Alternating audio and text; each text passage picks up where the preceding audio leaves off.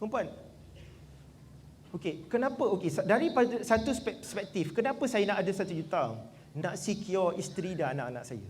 Dari satu perspektif yang lain, saya nak capai satu tahap kewangan yang dipanggil financial freedom. Tak kerja, ada duit. Financial freedom. Tak kerja, ada duit. Bahasa orang kita, pencen. Tuan-tuan dan puan, pencen bukan soal umur. Pencen ialah soal kedudukan keuangan. Kalau tuan-puan rasa 5,000 sebulan dah sesuai untuk pencen, tuan-puan kena target ada 1 juta. Dah boleh pencen dengan 5,000 sebulan. Tak kerja pun ada 5,000 sebulan. Tak kisah umur berapa. Umur 20-an ke, 30-an ke, 40-an ke, 50-an ke, 60-an. Tapi kalau umur 60, belum tentu boleh pencen.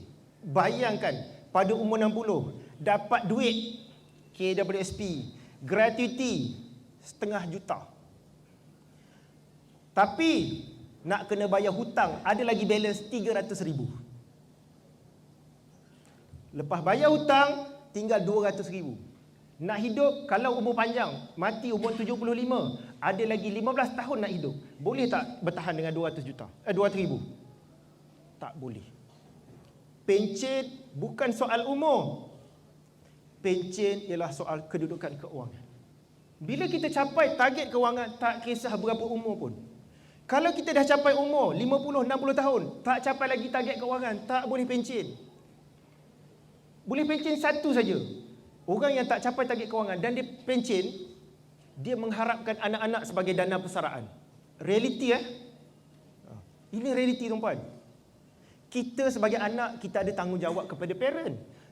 Tapi kita sebagai parent, jangan meletakkan harapan suatu hari nanti anak aku yang kena tanggung aku punya kos untuk pencen. Tak boleh. Kita bertanggungjawab 100% pada keuangan kita sendiri.